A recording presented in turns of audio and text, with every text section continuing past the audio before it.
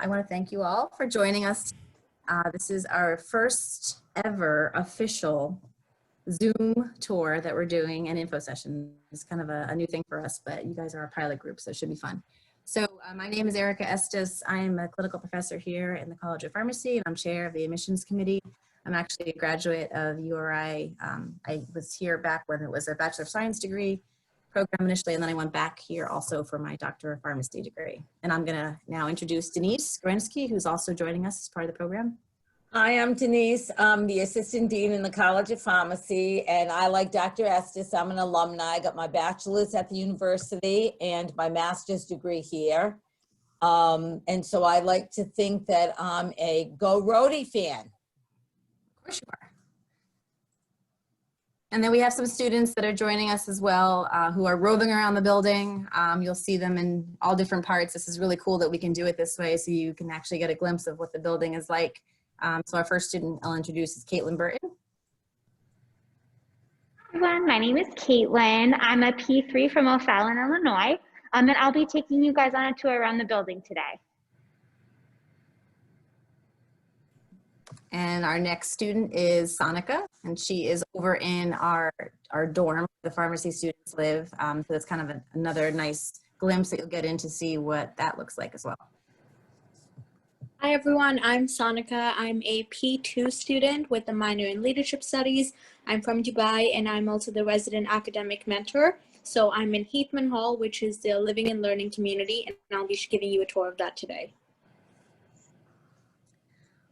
All right, and so who you can't see is Ian Lester, who's helping us with a lot of the technology and moving all these screens around. So as I talk to an imaginary person, that will be Ian, and he may pop in at some point. Hi, this is an imaginary person. See, he's a real person. We're very fun, so we have a lot of people helping us. So I'm here in the first part of our tour and our info session, and I'm in our CVS model pharmacy. I'm kind of trying to adjust my screen a little bit. So it actually looks like I'm waiting in pharmacy in like the pickup area of that pharmacy, but this is a really great space where our students get to practice some counseling skills and some of the opportunities of working with some things like some products and different things that they had to actually counsel people about those medications. So it's a really great space. Oh, and there's my screen just went blank again for some reason.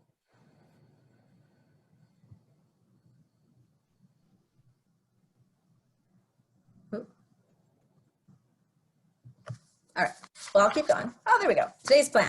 So I'm going to go through the brief information session that we have about the college. I'm not sure if anyone attended our open house last week. I've got some similar information to that and some new things as well. And we'll be hitting some different parts on the tour that we did not hit that day. So we'll be in Avedisian Hall, which is the College of Pharmacy building. And we'll also be in Heathman, which is where Sonika is broadcasting to you live, actually starting out in her room. So you'll get to see the dorm room and everything like that. And then we'll have plenty of time for question and answers. And like I said, at any point during these sessions, you can always type that stuff in as well. All right, so next slide, Ian. So we're gonna start with just an overview of our College of Pharmacy. And I'm not sure what you all know about the program right now, but we have three different programs in our College of Pharmacy. We have the Doctor of Pharmacy program, which is our 6-year accredited degree program for pharmacists. We have our 4-year Bachelor of Science degree, and that's Pharmaceutical Sciences, or the BSPS program. We'll refer to that as. And then we also have a brand new interprofessional neuroscience program, INP. We have a lot of abbreviations here. And that's a 4-year degree with a major in neuropharmacology. So I know most of you are interested in the PharmD program, it sounded like from the beginning. And so just a little bit about that program.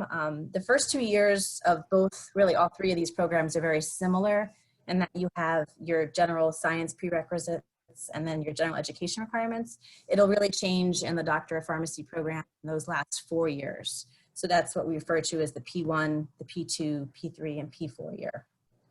And also a little bit different with the Doctor of Pharmacy program, just to kind of put it up front with some of the fees that are associated with it. You may have done some info sessions with URI already. And there are specific fees that we have affiliated with the PharmD program. They're professional fees.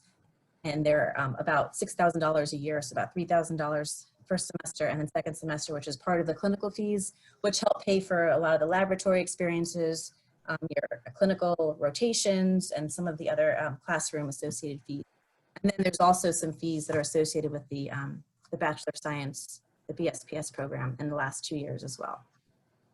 And then we will now move into, oh, and also important to mention about the different programs is that the regional tuition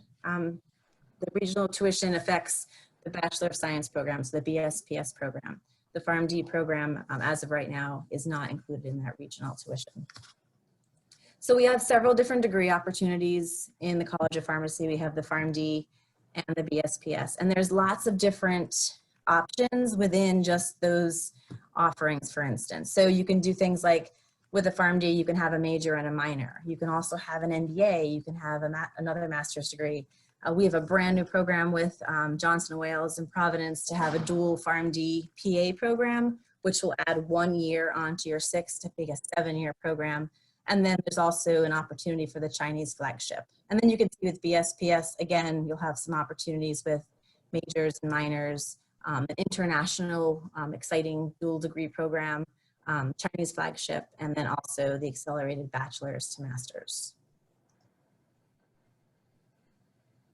And so this is always kind of an important thing to go over. And again, I'm not really sure what you've had already from the university, but in terms of our admission requirements are a little bit different for PharmD. So students are admitted directly to the PharmD track as a freshman. So we're what is referred to as a 0-6 program. And we're one of only about 7 programs in the country out of the 144 that are colleges of pharmacy throughout the country. So the 0-6 program is really a unique offering that we have here at URI. And what makes it special for what you would be concerned with is that you're admitted to our program, to that track. And that really is your seat to have. So no one's gonna knock you out of that seat or take it away from you. You don't have to compete with others to earn that seat. So that's yours once you're admitted.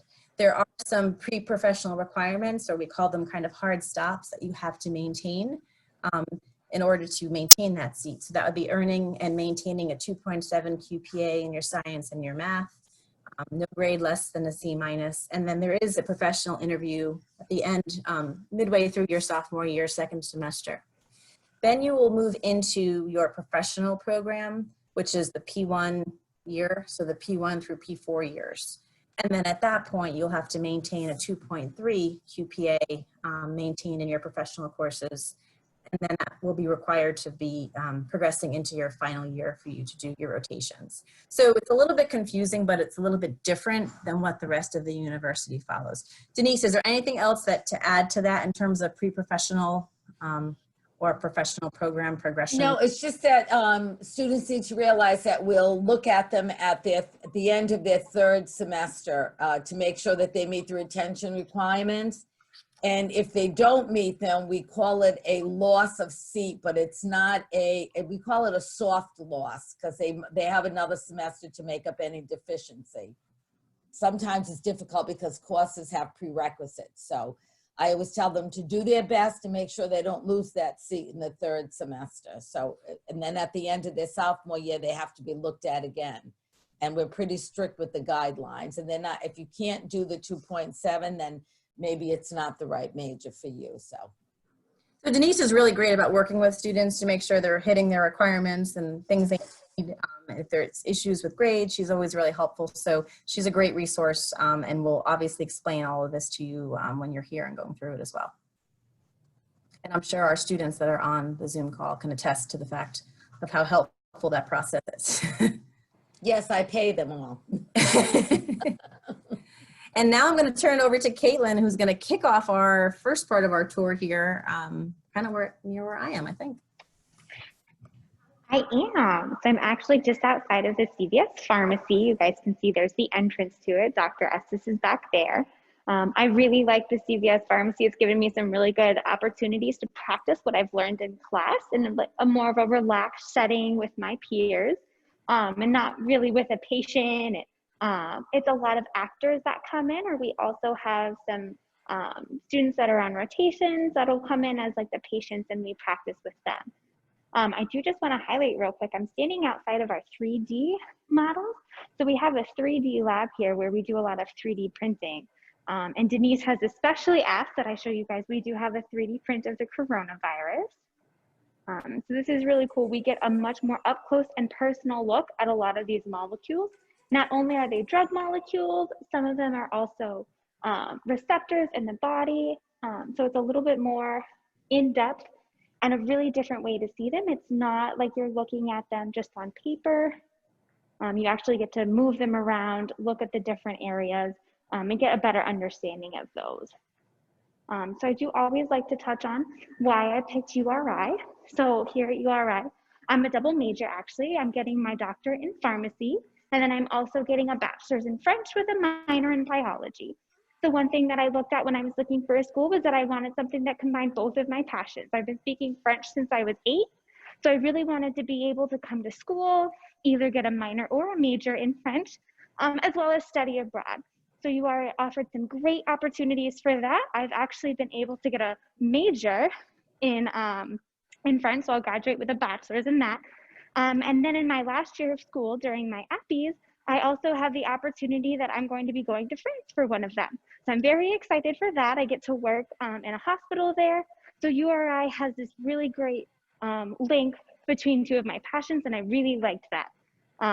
As I'm getting further down, I'm getting towards the experiential ed office, and Dr. Estes will touch on it a little bit more. But while I was here at URI, so far I've had 3 different opportunities here. One of them was some community work. I worked with a local organization in the community and got to know some of the people outside of my URI community. And then I also did 2 practice, we call them introductional pharmacy practice. So I did one at a hospital and one at a community pharmacy. So these are really great opportunities for our students to get out, see what it's like to work in these locations, like a hospital or a pharmacy. And you'll get a little bit of an introduction to what the world of pharmacy entails. So I really liked both of my opportunities. It really gave me a good look at what I do like and what I don't like, and kind of helped me pick what career I want further down the line. So I'll kind of just give a little bit of a look. So this is the office. And then I think I can also show you guys what a classroom looks like in here. So this is a little bit of a smaller classroom that we have. Only fits a couple students right now, but we use these classrooms for some smaller breakout sessions that we have from our main lectures, where you get to take the material apart and do a lot of patient cases. So that's where I'm going to end on this floor, and I'm going to bring it back to Dr. Estes. Thanks, Caitlin. Actually, come here for a second, Dr. Ward. Hold on. This is what happens when you give a tour. We just have people that randomly, hold on, I put my mask on now that I have visitors. This is Dr. Ward, and she runs our drug information center here. Hello. Say hello, everyone. So this is like, you're on our very first Zoom tour. Oh, wow. So I think so. Ian is spotlighting you. So you would just tell us really quickly about maybe what you do here? Oh, what do I do here? I'm putting her on the spot. You are putting me on the spot. So I run the college's Drug Information Center, and we take questions from healthcare practitioners across the state and sometimes across the country about things that happen with medications. A lot of times we get questions about dietary supplements and how they might interact with medications that people are taking.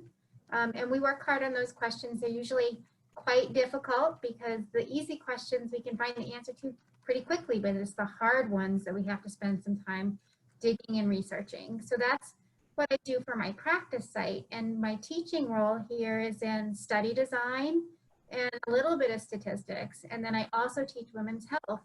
So pregnancy and lactation, contraception and fertility, and how to use references to find answers to questions. I guess that's probably like the biggest things that I do, right? I love it. And like you just have me walking by. Absolutely. You never know who's going to stop by in our tour. See that? All right. Bye, everybody. Thank you. That was a perfect segue. I loved it. I love that. Yeah, that was cool. I can take my mask off now, and I should have said this earlier during the beginning that we have our masks off when we're by ourselves in our spaces. So Caitlin talked a little bit about why she chose pharmacy at URI, and I love that segue. And this is actually a great slide to kind of replicate that from a different way. So you can see in this picture that if you're not sure geographically where Rhode Island is, because people tend to kind of lose us because we're really tiny. But you can see we're a really small state within this whole large region. But even beyond that, the fact that we're #1 in so many things is really pretty cool. So we are #1 right now in our pharmacy board pass rate, which is very exciting because NAPLEX is the application board that you'll have to take at the end or completion of pharmacy school. And we have the top scores in New England right now. And we actually have our brand new scores for 2020, which I'll reveal at the end. We generally run between 93 to 95%, give or take, in terms of our percentages. So we're really excellent in that regard. We have top #1 employment rate upon graduation, which is really important because you want to make sure you're going to get a job when you finish. And then we also have the top graduating student program satisfaction. I'm going to show you a little bit more of a glimpse of that in the next slide.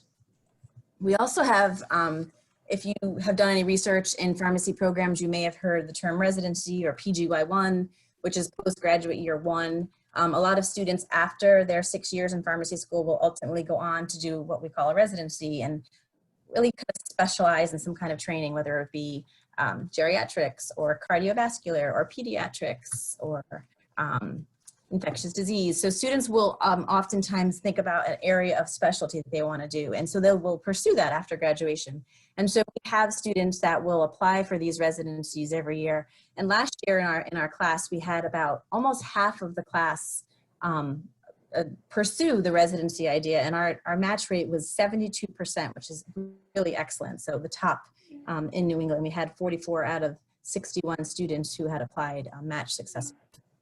We're also #1 in federal research funding in New England as a College of Pharmacy, which is also very exciting. So the next slide highlights the point that I made. And I think this is something, if I was doing it again and looking at a pharmacy school and trying to think about what's different in the pharmacy program. And this slide really highlights that. And I hope you can see it okay.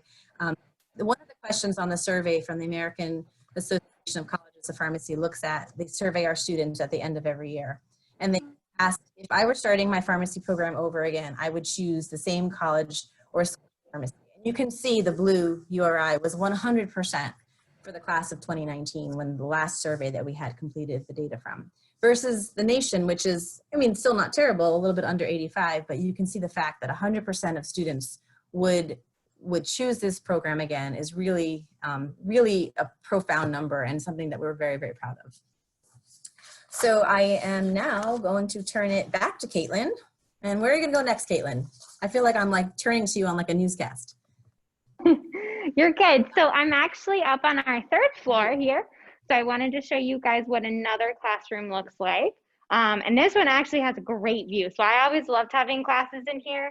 I feel like we just get to look out over campus, and especially once the leaves turn, it's always really pretty. So this is just another classroom we use for some smaller breakout sessions. And then as you can see kind of along here, like Dr. Estes was talking about, we do have a lot of professors here that do research. So there's a lot of these research labs along here. Most of the professors that I know, especially related to like a lot of like the microbiome and the chemistry, almost all of them do some form of research. So our professors, not only do they come in and do they teach, they're also, some of them are some pretty big names in the pharmacy world. The next classroom that I'm taking you guys into is our compounding lab. This is actually one of my favorite classes. This was one of the first classes I took my P1 year, so the fall of P1. So I'll take you guys in here. This is a really great opportunity for a lot of our new pharmacy students to be exposed to what an actual drug form is. So looking at what composes a tablet, how do you make different products? So we made lotions, we made some ointments, and then you compared like, why would you use an ointment versus a lotion? We also got to make our own chapstick, and then I took that home with me. We also looked into some different formulations that you don't normally see in a pharmacy. One of those ones that I made was gummy bears for children. They had children's Tylenol in them. So that was really cool because you don't often see those in just like your regular CVS or Walgreens. So it was a really cool opportunity that we get to come in and we get to try different things here. So I'll just kind of show you guys the classroom a little bit more. All right, and then also here at the College of Pharmacy, we've had some really great opportunities. Like I did mention, a lot of our professors do some form of research. So here at the College of Pharmacy, I've done research with one professor in the college and then one professor out of the college. So I worked with a professor the first time I did research in the College of Engineering, and we were looking at cancer detection in patients and using like nanoparticles that would light up. And now here in the College of Pharmacy, I'm working with another professor to create a resource of gluten-free medications for children. So there's a lot of different opportunities that the school has given me that I get to kind of branch out and look into things that I'm really interested in. So, all right, Dr. Estes, it's back to you. All right, perfect, thank you. So once again, Caitlin sets me up nicely. The next couple of things I wanted to talk about are regarding our curriculum. And I think that's really important because she talked a little bit about on the first part of her tour, the experiential area, and then also now some of the research areas. So I want to explain a little bit about our curriculum. So as I mentioned earlier, we have 2 years pre-professional and general education requirements. And this is really important for those of you coming in with credits because some of you may have a fair amount of AP credits, for instance, or dual enrollment credits from your high schools. And that will be taken into consideration for how you will progress in terms of what courses you will take. It won't necessarily shorten the duration that you're here, but it will sort of change a little bit of the experience in terms of what else you can do within that time frame. So within those 2 years, and there's things like study abroad, and like I mentioned, those dual degrees, and we'll talk a little bit more about some of the study abroad opportunities, and that's really when all that would factor in. So that the second part of the curriculum, the 4 years, the P1, P2, P3, P4, so we use those terms a lot to describe the progression of the students and where they are in the program. So the P1 year is sort of equivalent to your junior year in college, and then you can kind of figure out from there. There's 3 years of coursework. And that's the P1 and the P2 and the P3 year. And that also culminates within those 3 years of the coursework of having 300 hours of your introductory pharmacy practice experiences. And that's combined in areas of service learning, the institutional IPE, we call it, the intro pharmacy practice experience, and also the community. And combined, you'll have the 300 hours. Also with some of the simulation, and you can see the photo in the corner here, and Caitlin will be down in the sim lab in a bit to show you that also counts as part of that that experiential education. And then in your final year, it's what we call your API year, which is your advanced practice rotation. You'll have 1,440 hours of advanced practice in pharmacy experience. And that's amazing. So combined, you'll have 1,740 hours upon graduation of experiential education within the College of Pharmacy. And so you'll have the opportunity in your last year to do 6 different rotations. And those are in the areas of inpatient general medicine, ambulatory care, community health system or hospital. And then you have 2 electives that you can choose. And each rotation is 6 weeks, 40 hours a week. So you have 6 of them throughout the academic or throughout the calendar year. So that's a really great opportunity if you're not sure what you want to do. And Caitlin mentioned she's doing one in France. You really have the option to sort of hone in on something you know you want to do. Or if you want to experience a lot of different types of things, we'll work with you individually to help really develop that path for you. So that's pretty exciting. We coordinate over 1,000 different rotations, which is kind of amazing when you think about that number. All right, and next slide. So this is our spiral slide. So this is kind of when I want you to look at the visual for this. And you know, we already talked about the fact of how well our students do on our NAPLEX exam. So we know we have a really strong curriculum, and we are sort of changing it or enhancing our curriculum. And that's actually a good thing. It has a really strong proven record. But these enhancements are going to just make it more relevant. And that's really important to do, especially as healthcare changes.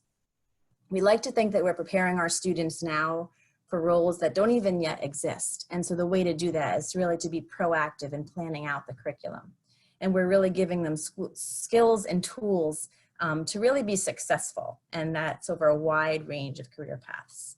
So when you look at the foundation of our curriculum, you'll see that students are learning really common outpatient conditions earlier in the curriculum, and that's intentional. So that's also when we're going to layer in some of their beginning experiential education, like their service learning, for instance. And then as you move upwards in the spiral in sort of a positive way of thinking about how we're kind of honing in on some of the clinical content, it gets a little more complex. And so then we'll layer in some of the other experiential opportunities, those introductory ones. And then finally, in the top part of the spiral, that's where students are really at the peak of what they're learning in terms of the complexity. And so that's when they're ready to embark on their advanced practice experiences or their APPEs. So if you use an example like something in the sort of cardiovascular world, and I don't know how familiar you all are, but maybe you all at least have heard about high blood pressure. That's pretty common, you know, and a lot of people have that. So that might be something that you would learn earlier on in the curriculum. But then as you get to the top of that, really a complicated heart attack requiring like an ICU stay in a hospital would be much more at the tip of that. And that's not something you're going to learn about in the very beginning. So that's really how the curriculum is designed, where each semester we'll build on the previous, and that each of the experiential learning opportunities will also layer in at the appropriate time. So I just want to show you one quick photo. And again, it's kind of hard right now if you were in the building to see a little bit differently, but this just happened last week, and it just kind of sparked something that I wanted to share. This is a class that I teach in, it's advanced geriatric pharmacotherapy. And so in our classroom, you can see this, it's a small class. This is an example of an elective class, and I only have 27 students enrolled in it. So the students were in the class, and I was able to, and it's kind of hard to see, but I was able to zoom in some older adults as part of one of our classes to have them practice what it's like to do some geriatric physical assessment skills. And right now with COVID, obviously I couldn't bring in these older adults anyway, but I honestly think it was such a great opportunity for the students to practice telehealth and practice some different types of skills they have to learn.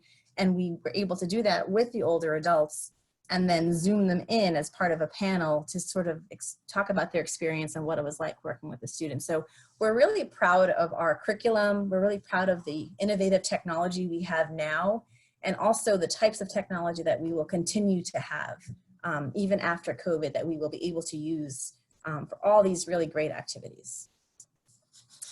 So now I'm going to pass it to Denise, who's going to talk about pharmacy.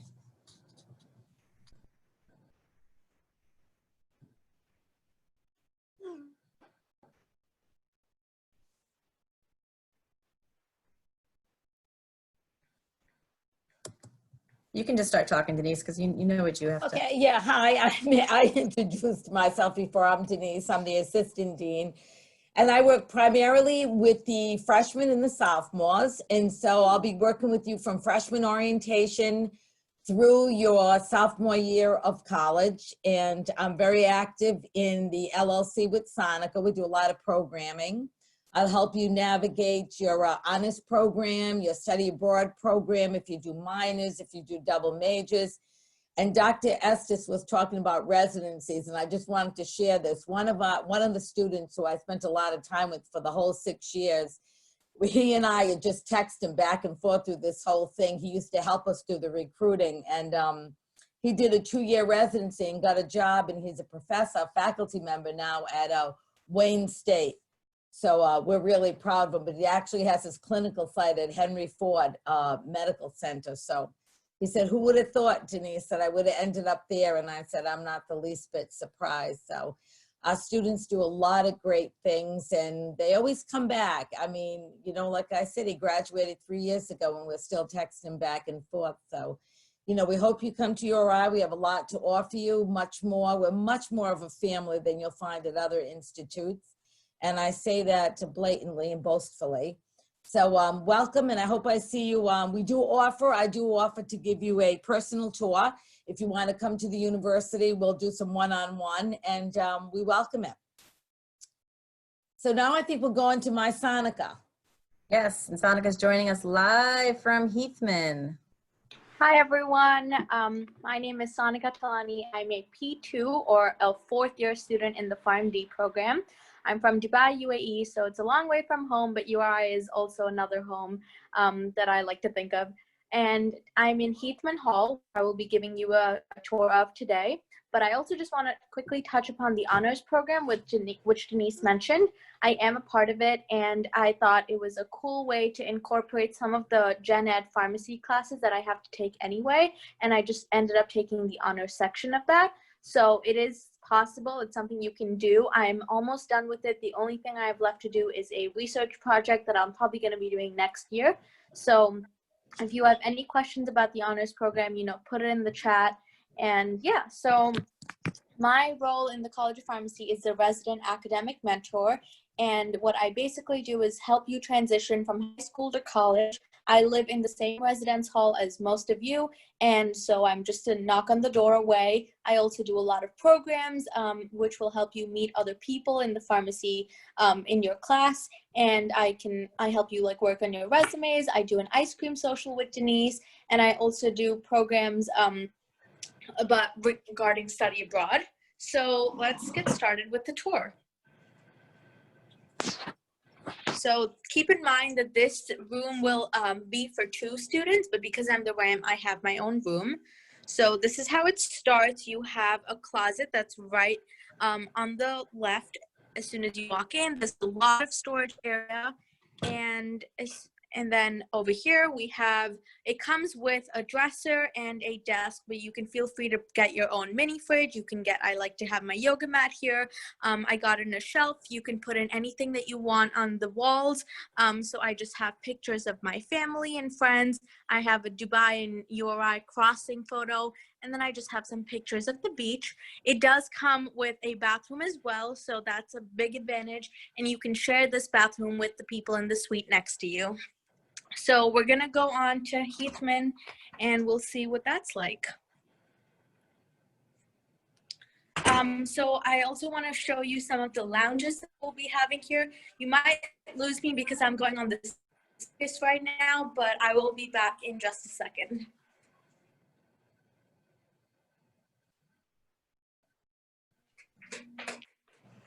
So one of the big C2 lounge, and this is just like a big table and there's a TV, so students often collect their laptops to it and they can watch the lecture, they do their projects together. I also like doing a lot of programs here. Students sit down, I can have one-on-ones with my students. There are whiteboards and there are 2 lounges on both sides.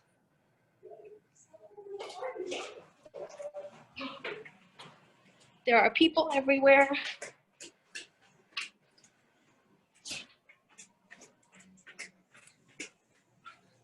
So this is the main entrance. There is a vending machine on the left for snacks late night. We also have a main lounge over here. This is what we like to call the anatomy bone room, and we have just skeletons and muscles and legs and body parts. And I also host a practice anatomy program. So if you are studying for your practical, you can come down and practice with these skeletons, and it just makes it a little easier for you. And this is the RA office, so there will usually be an RA here in the mornings if you ever get locked out of your room, if you need someone to talk to. And yeah, this is Heathman. I hope to see you all here next year, and if you have any questions, please let me know.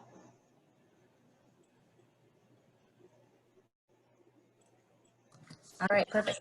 Sonika, are you still there? Or maybe Sonika or Caitlin, I wanted if you guys comment quickly on, which is an important part about some of the students as they come, and just talk about some of the textbooks and the fact of what's available online. When Dr. Ward had popped in, she mentioned Drug Information Center, and that's a really important thing to think about in terms of some of the resources that are available to students.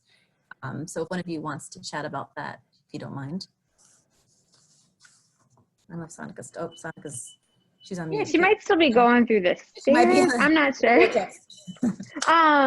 So Dr. Ward, she actually does teach a class. It's called Dial. So it's a drug information resource class, and I really actually liked that class. It taught us how to look into how to find like the right topic, so that when I'm looking for an article or something to back up what like the statement that I'm making, it's how to find the right article or how to find the one that properly backs up what you wanted. One of the really good things is that we have full access to a lot of these databases. So like PubMed and Embase, these are databases that we've used to look things up. So part of our fees cover that, as well as our fees do also cover our textbooks. So my textbooks for pharmacy school, I can get online through my URI login. They are free for all of us. Well, you pay for them through your fees, but they are available for you to use.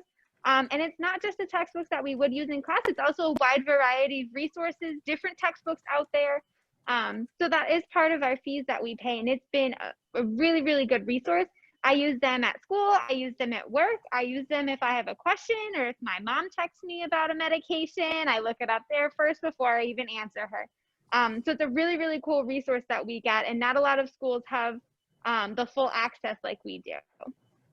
That's great. I wanted you to mention that because when I did mention those fees earlier, that's an important part of one of the things that's covered in those fees. So thank you for sharing that. So I want to hop over and talk about some study abroad opportunities. And again, I'll probably pull Caitlin and Sonica in for this a little bit too. So it was actually pretty interesting because today in my class, I teach a URI 101 section, which is a freshman course, and you'll all be part of URI 101 when you do come here, and it helps you transition into the university.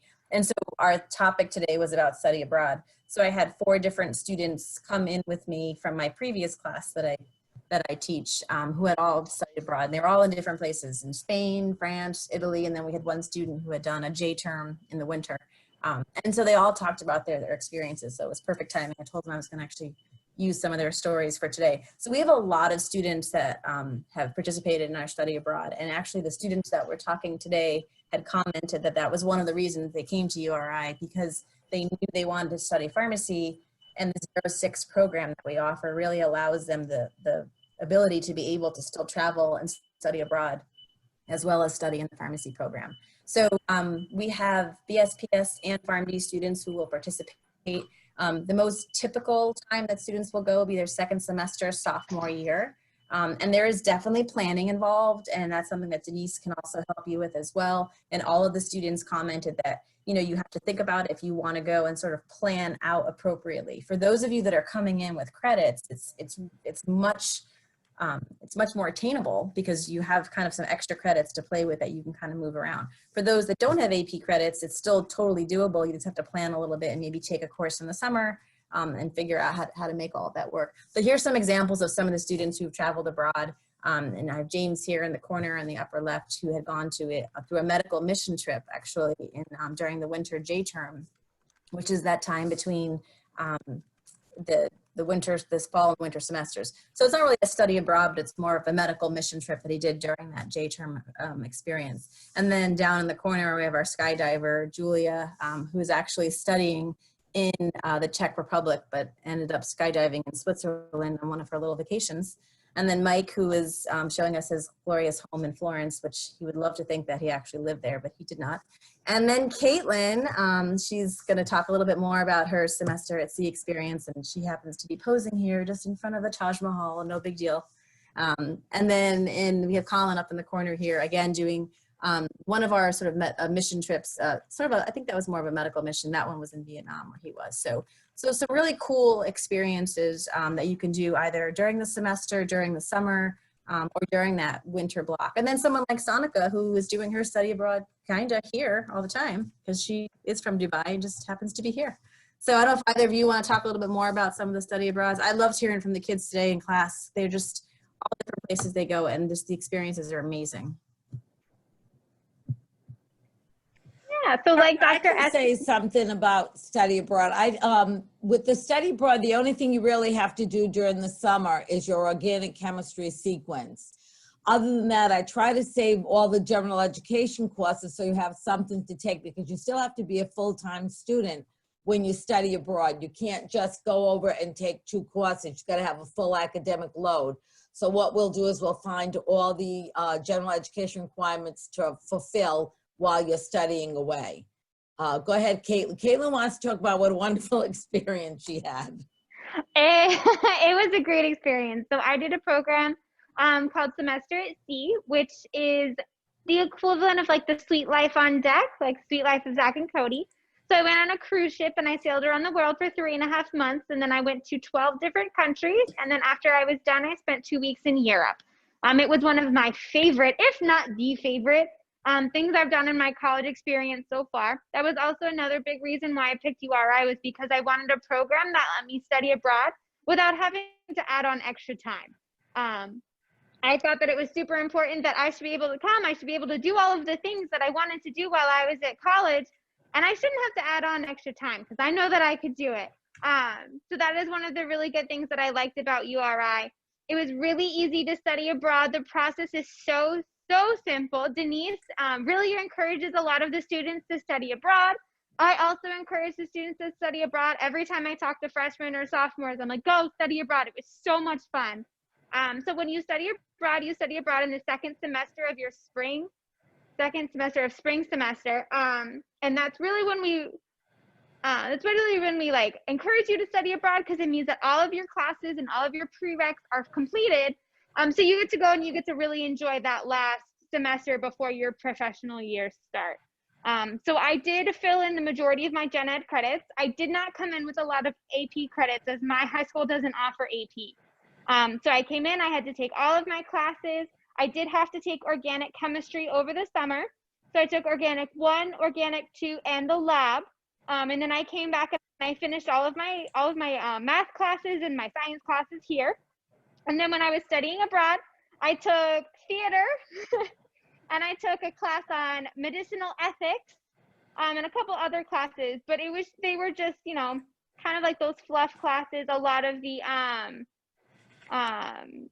fluff classes, a lot of like the non classes, like for majors, like a social studies credit, an arts credit, things like that. So it was a really, really great opportunity. There's a lot of different opportunities, like Dr. Estes mentioned, not only during the semester, there's also summer ones. There's also a lot of J-term classes, and we have quite a few faculty-led programs as well, especially from the College of Pharmacy. So there's something out there for everyone.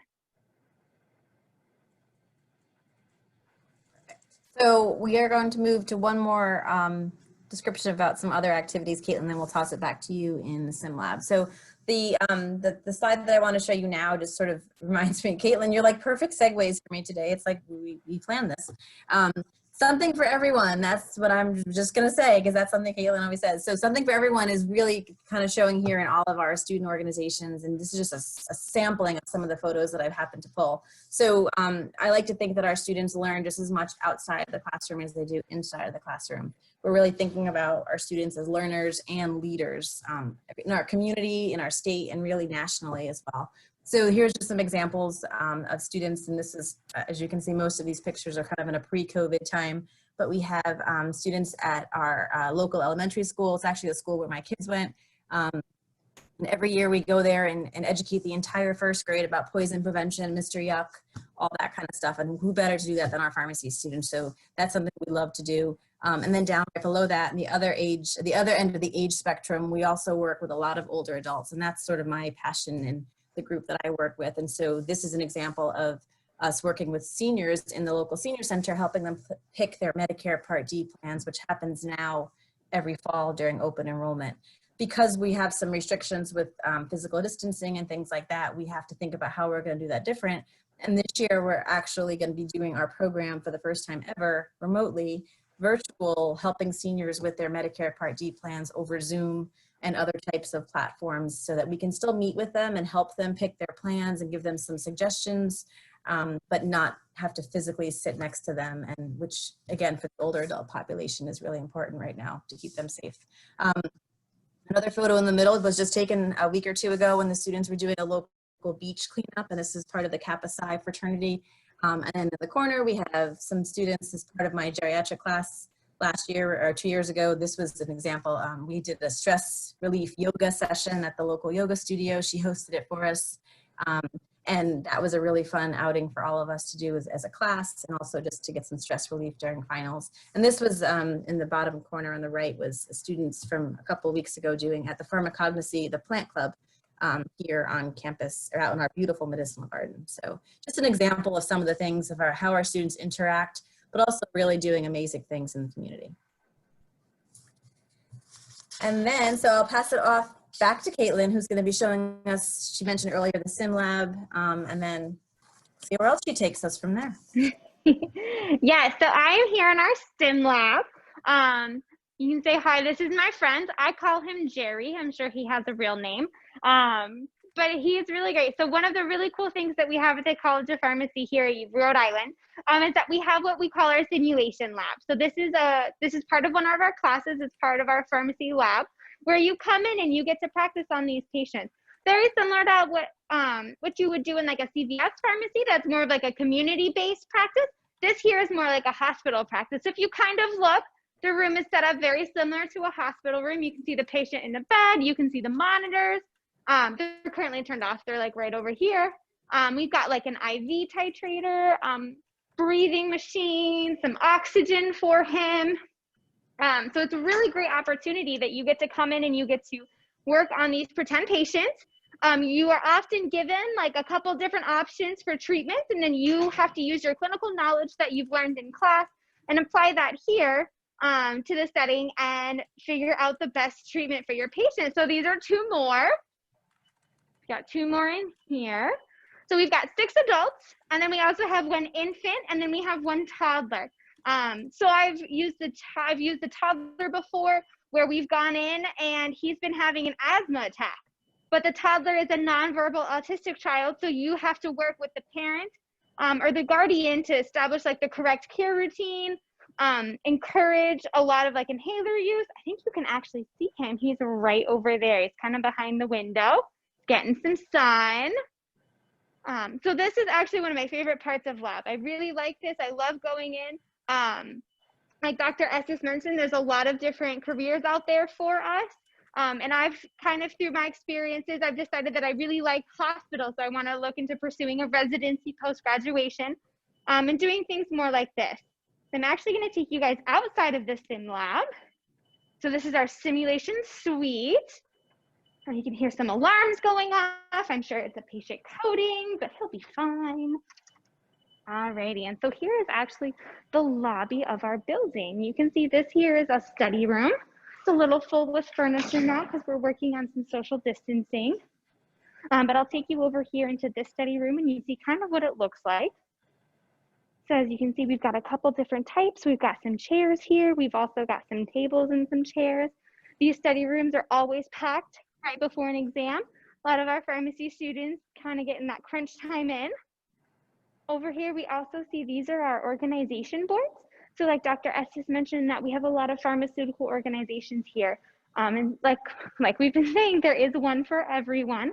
I'm involved in quite a few. I'm involved in like the pediatric pharmacy group, as well as the Rhode Island Pharmacists Association and then the American Pharmacists Association. So a lot of students like to get involved, especially when it gets to specialties. We have pediatrics, we have geriatrics, we have industry, we've got community groups. So there's really something for everyone. Caitlin, where are you? Tell them where you are right now. I was just about to, Denise, you beat me to it. All right, so this here is 170. This is the classroom where we take the majority of our classes. As you can see, we've got these nice green dots on our desks. These are for social distancing, so that we are 6 feet apart during lectures. So we have a lot of lecturers that come in that are not only professors, we also have guest lecturers, people who come from clinical practice sites. We've had a psychiatrist come in and talk to us. We've had a pulmonologist come in and talk to us. So it's a great opportunity for us to get to be taught by professionals, people who are in the field. It's not a professor who's never been experienced with it or who has no idea, who's never had any hands-on experience. You can see what our classroom looks like. Caitlin, can I just make a point too, because you're in that room and it really highlights it really well. So right now how the students are sort of separated, but what we're doing in our sort of hybrid teaching model, which has been really great, is that we have students that are able to come to campus. So we have the class, which is generally about 130 something-ish students split in half. So half of them come one day and then half will come the other day. So they're in these like 2-day cohorts. And it works really well. So they still have the opportunity to be face-to-face for instruction, but then also sort of safely doing it remotely from home on the other days. So it's been a really nice model, and the technology in there really allows for that to happen, so the students can still be engaged in the classes even while they are taking the courses remotely. Yeah, it's been really great. So I'm in like the Monday, Tuesday cohort. So I go to in-person classes Monday, Tuesday, and then Wednesday and Thursday, I live stream my classes through Zoom. So my roommate and I will hook up one of our laptops to the TV and everything's big and we get to sit and watch the lecture and take notes. So it's almost like you're there. But the last step on our tour right here is our medicinal garden. So we've got part of the garden inside, as you guys can see. And then it's also out through those windows. We are actually one of 2 pharmacy schools in the country that have a medicinal garden, which is a really great resource for us. So as you can see, we've got a bunch of different types of plants here. And a lot of these plants are used, maybe not necessarily in the United States, but all over purposes. So that's really cool. That's actually a class that we take during your P2 year. And then you can also go even further and actually take it as an elective. So a lot of students I know right now are taking the plant elective and they find it really interesting to learn a lot of natural remedies, either natural remedies or also like the history of drugs and where they came from. So yeah, I think that's it for me, Dr. Estes. Our garden is kind of amazing, and it kind of shows it here, and it's such a nice place to sit outside and have your lunch. People from across campus will kind of come through there and walk through there. It's beautiful at night. It has this really nice lit up sort of art, I guess we'll call it art. It's like an art part of the garden. When you walk by in the evening, it's illuminated in this really beautiful way. So it's just a really nice, peaceful space that people like to take advantage of. And we're very lucky to have it be part of our part of Avidation.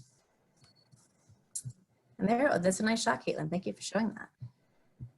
I like it.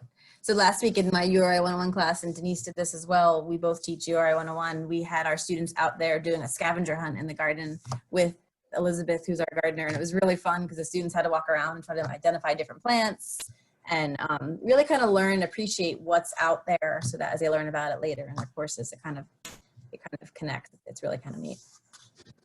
So the last 2 things I want to show you before we conclude the tour and info session are, I think, really the kind of take-home points. And I'm a parent. I have a student in college and I have a student in high school. And so as a parent, and I'm not sure if there are parents listening in on this or not, we always kind of want to know at the end of the day, you know, how does this program stack up? You know, what's going to happen to your student or to you as a student when you graduate and leave this program? So as I alluded to earlier, we are very proud of our successful NAPLEX passing rates. And this is a new graphic that we actually just made yesterday. Hasn't even hit social media yet, so you guys are the first one to preview it. You should be so lucky. But we are really proud of our numbers and that we have now officially hit 95% for our NAPLEX first time attempt. And this isn't necessarily an annual rate, so we can't necessarily say for the year yet. We can only say for the students who took it May through August, which is our just recently graduating class. But that's amazing to think about that percentage of success. And Erica, it's the majority of the students do take it May through August. So absolutely. It's 100%, but it's close. Yeah, and that's the students who, especially for if they're employment and they have jobs, they sort of are required by their employers usually to take it within a certain amount of time. And most students do want to take it shortly after graduating because, let's be honest, it's like, why do you want to delay that? You don't want to push it off too long. And the MPJE is the law exam. So we're also very proud of our numbers, 94.4% in Rhode Island versus the national average of 86.3%. So it's basically those taking it in Rhode Island compared to from URI and those taking it from other places. So that's a really, really positive statistic that I want to share. And the last slide is a graphic, which I like to include because, again, when you think about what you do with this degree, and it's so important to think about that because we've talked about the curriculum and we've talked about leadership and we've talked about all of the different things that we have in our building to prepare you to be a pharmacist.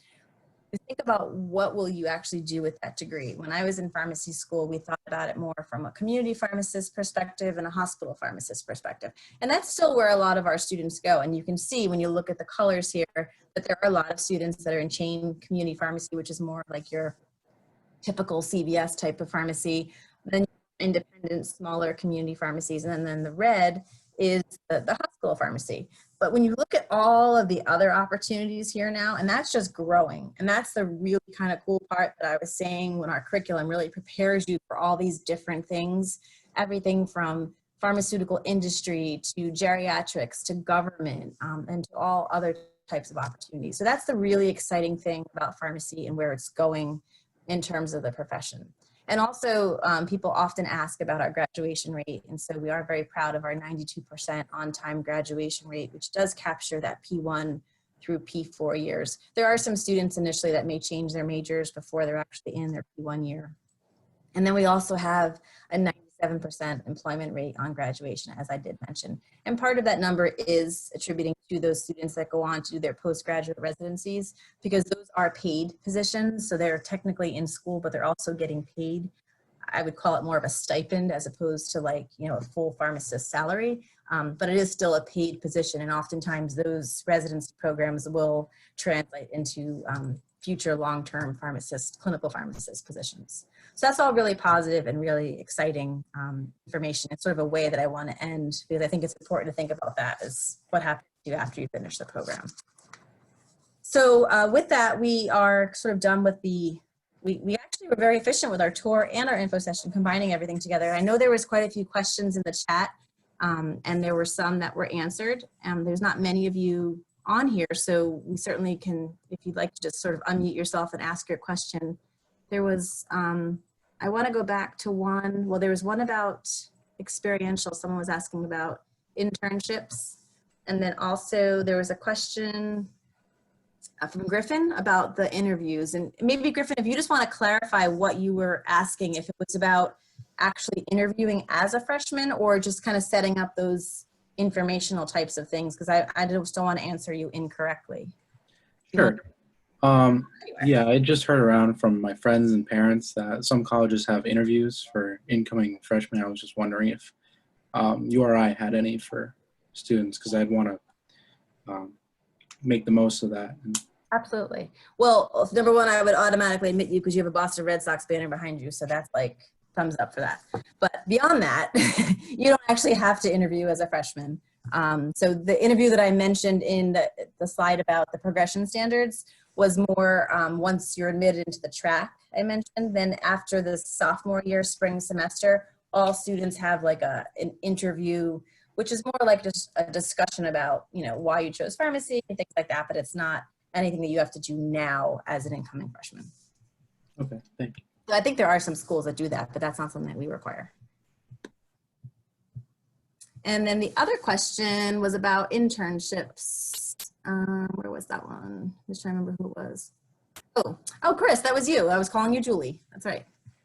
My friend Chris. So you were asking about just the internships, more about the experiential. Is that the part that you wanted a little bit more explanation on? Yes, more about the experiential learning. So there's different phases of it. And I've actually had the students talk about this a little bit too. So we mentioned the initial ones that you'll do throughout the curriculum. Those are more of the introductory practice ones. One is in a community setting and one is in a hospital setting. And then even before that, you have what's called service learning. So you have 40 hours of the service learning, and then you have 80 hours of your hospital, and then you have 132 of your community, all before you even get to that last year. And we help you choose those. So you'll kind of say where you live and you know what time frame you're looking at. We meet with all the students individually and help them choose what that will look like. Does that kind of answer? And I could have Caitlin talk about that a little bit more because she's going through that now in Sonica as well. Yes, that was a very good answer. But I just have a follow-up question. Yeah. Are there any interviews required for these experiential learning programs? So when you say interview, I would like to say it more as, you know, we meet with the students and sort of try to get your plans and what you like to do. It's not like, in fact, Dr. Ferret, who coordinates the program, doesn't really require the interviews, especially for the younger students. He hasn't filled out a survey now, and they'll kind of give their choices about things that they want to do. But certainly an interview will help if you really want a certain type of an experience or you live in a certain area. But it's not something that's that you're competing against other people. And that's kind of like the rate limiting step, if that makes sense. Caitlin or Sonica, you guys want to hop in on that, just about the process? Yeah, I can definitely pop in. So just kind of want to, just clarify a little bit. We do have a small interview to get into the pharmacy school for your professional years. But it's more of a little bit of an informal one.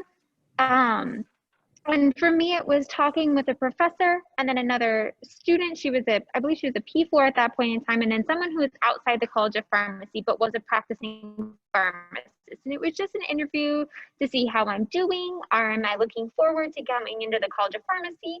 And then just a couple questions of like why I want to be a pharmacist. And then one of the other questions that I got was what was a topic that interests me in pharmacy at that point in time.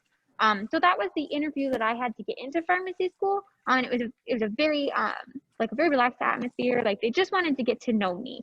What I'm doing right now is getting ready for my APPEs. So I've actually gone through and I've looked at the options that we have and made a wish list. And then I've sent the wish list off to Dr. Ferret, who's getting in touch with the sites to see if they'll take a student. He has called me his most difficult student, and that's okay. It's a badge I wear proudly. Like I did mention that one of those is is a program of me going to France. So that one, there's no interview required for some of them. Some of them may require an application, like a lot of like the FDA ones or the CDC ones. Some of those may require an application just because those are put out to pharmacy students across the country.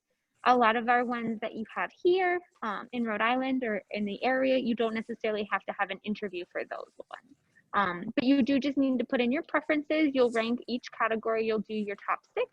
And then Dr. Ferret and his team do their best to place you, hopefully within your top 3 of those 6 for each of your choices. So right now I'm looking at a couple different options. Like I said, I'll have the France one. For my Gen Med one, I'm looking at a hospital out in Los Angeles that offers emergency med, which is an area that I'm interested in.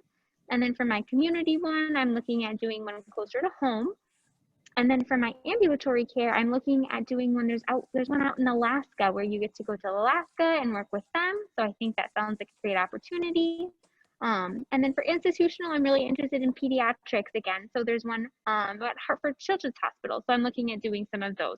So there's a lot of different options out there. And it's a great time for you to get out to see the different areas of pharmacy and experience something that you may not have already. So they're really fun. Everyone keeps talking about them. We're all so excited to see where we're going to be placed. So it's a very hot topic right now with the P3s. It's a very cool day to be around here when they release their sites. It's like this, just this energy and this buzz of everyone's trying to figure out where they're going to go. It's kind of exciting. And that's when they start figuring out where they're all going to live next year. And it's really super fun. So Caitlin, I have a request from Ian for you to head back to 170. Yeah, I can most definitely do that. I'm just passing the message. Oh, I can see us. All right, so let's see, what other questions do we have in here? Looking through, are there any other questions that those of you that are on the phone or on Zoom rather want to just kind of chime in and ask about? I can see me on the screen. Oh, there she is. Look at that. For those of you that haven't seen Ian, he runs his command central. We often joke that he could launch a spaceship from the technology that he has, and so he can just miraculously do these things. So he's showing you what. Oh, there I am. Wow, that's weird. Right behind Caitlin. So when she's sitting in class, she can see her peers, and they can see everyone. It's pretty cool. So it makes it way more exciting. That's for sure. Are there any other questions? So Grace, not that I'm calling you guys out, I feel like I'm in class, sorry, I don't mean to do that. But Grace, Jesse, anything else you want to ask William? Ooh, that's me, that's weird. You always got to be smiling, you got to look your best here because you never know what screen you're going to be on. This is weird.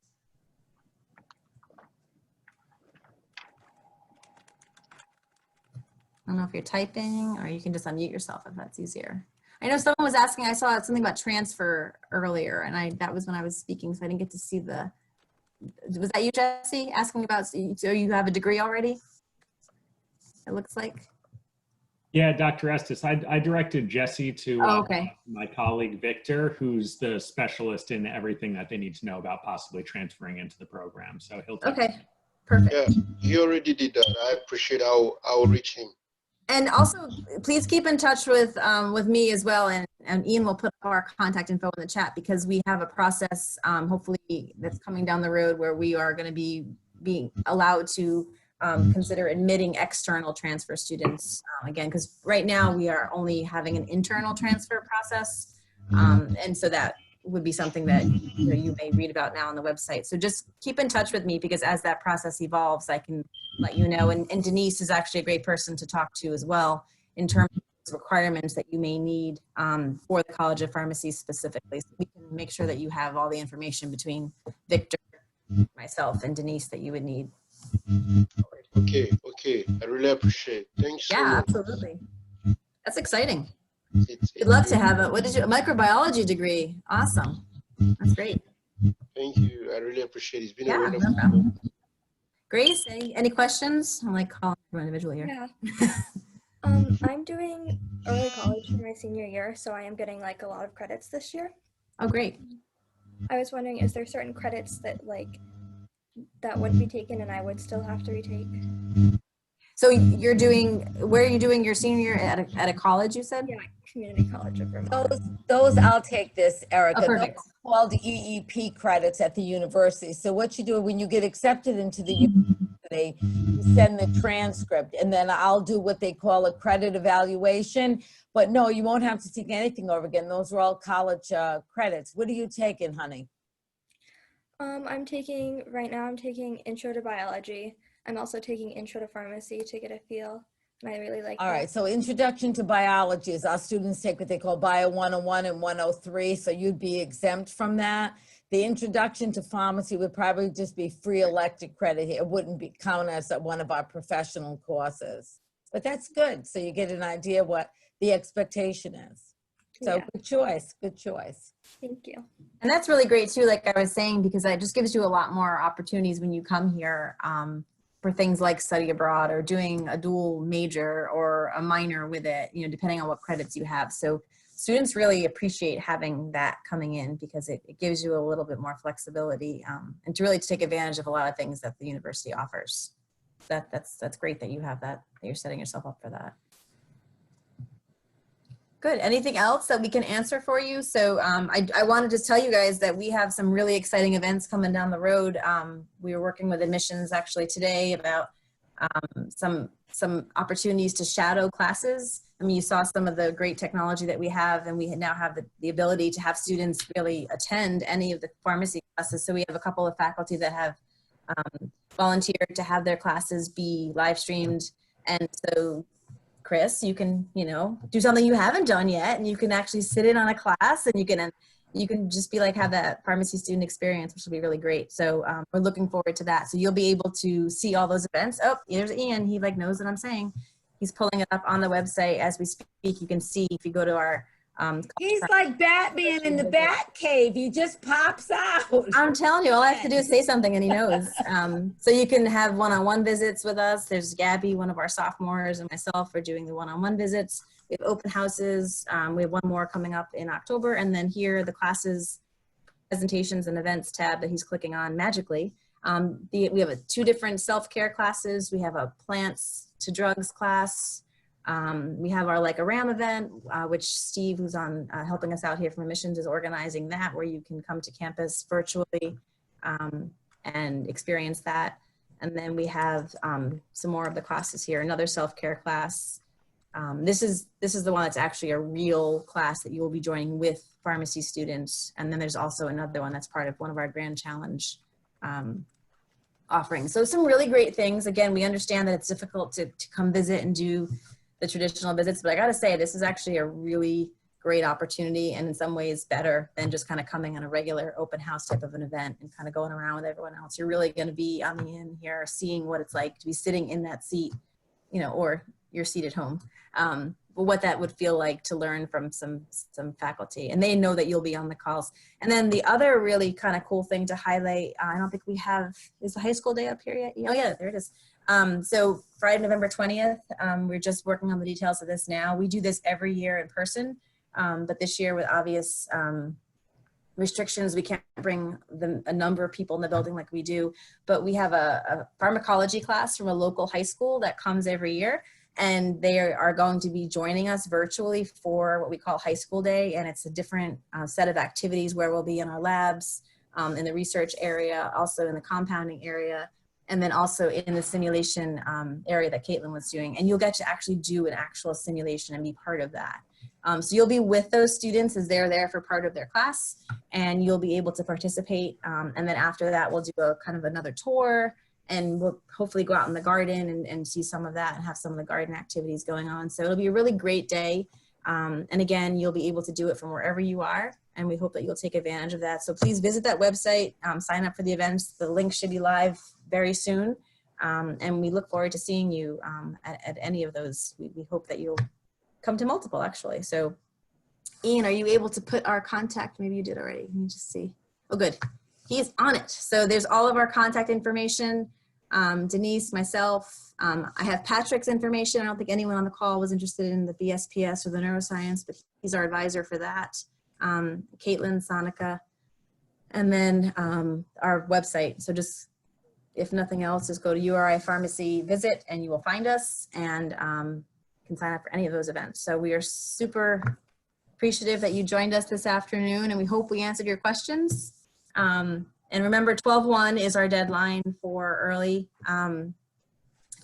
applying. And that's not to say that we, don't take them after, but in terms of maximizing all of the opportunities for the merit awards and to really, build the class and to get notified sooner than later. We do encourage everyone to apply early. And so anything to add with that, Steve? I know that's what we've been telling everyone, so. Yeah, no, I think you covered it. I think just make sure you get in by December 1st for full consideration for merit-based scholarships and everything. And then also just keeps you in the loop sooner. You'll find out by the middle of January at the very latest, and then you'll have a few months with all the information you need. And I know, like Chris, I know you've emailed a few times with some concerns about, going to school later and the virtual start and kind of having having difficulty getting in touch with the guidance counselor to get all those letters of recommendation. So don't stress over all of that. Get your things done that you need to. That will all kind of come into play. It will all come together in terms of building your package. But if you have specific questions about that, just reach out and we can help you too. Okay, great. Thank you. It's been a very challenging year for everyone, so we get it. In so many ways. All right, so I think we are good. Again, thank you everyone, and just feel free to reach out to us with more questions. Thanks everyone. Thanks everyone. Bye. Thank you. Hello. Hi Linus. Hey, Ian. Linus, say hi. Linus could have been 2 seconds earlier and joined our tour. Sorry, one of your good students stopped me. So. Oh, she did. Uh-oh. Yeah, she stopped me, so I couldn't get past. I have to wear a mask if you're in here now. Sorry. Are you locked out again, or are you good? No, I'm good this time. Don't worry about it. I just asked him to go say hi so we could show there was somebody else in the building still. Yeah. Yes, there is. Oh, there's Caitlin. Yeah, Caitlin came here to tell me to wait until the end. So. Well, usually Linus only comes to find when he's locked out of somewhere. No. Bye, Caitlin. Bye. Okay. Thanks, Linus. Bye. See Bye. you tomorrow. Bye. Bye, everybody. Go Rhodey. Good night, everyone. Thanks for coming. Good night. Thank you. Thank you. Thanks for the time too.